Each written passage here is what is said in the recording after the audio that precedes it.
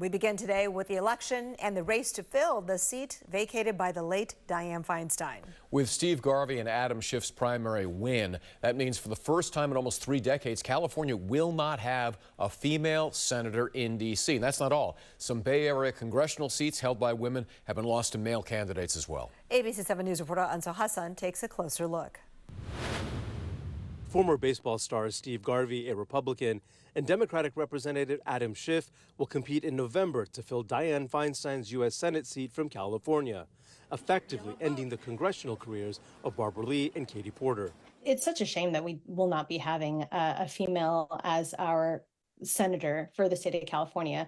I think that having a women's perspective is really important. Samina Usman is constituent campaign coordinator for Barbara Lee's Senate campaign. For the first time in more than 3 decades, California won't have a female senator. And of the Bay Area's 12 congressional districts, only 3 will be represented by women. Nancy Pelosi in San Francisco, Zoe Lofgren in the South Bay, and Latifah Simon, the likely replacement for Barbara Lee's 12th district in the East Bay if she wins in November.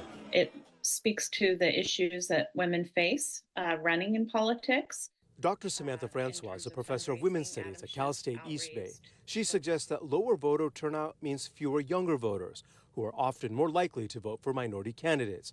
She adds that female candidates still face a tough time fundraising. Adam Schiff outraised both his female opponents in the Democratic Party, both Katie Porter and Barbara Lee, by like 2 to 1. But Professor Francois also notes that Schiff got big endorsements from high-profile female politicians like Pelosi and Barbara Boxer, and that exit polls suggest that women voters supported Schiff in equal numbers to men. I think we have to have a broader lens in terms of looking at local elections, city elections, and county elections. And we saw, obviously, Jackie Speier reelected to the Board of Supervisors. We're still seeing that most Americans believe that voters are more likely to support a candidate if the candidate is a white man.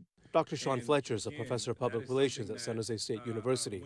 He says women candidates may face barriers, but that their parties need to do more to empower their female candidates. I will put it on this system that is designed to select, to develop, and to ultimately promote these women candidates as viable for their positions. In the East Bay, Ansel Hassan, ABC 7 News.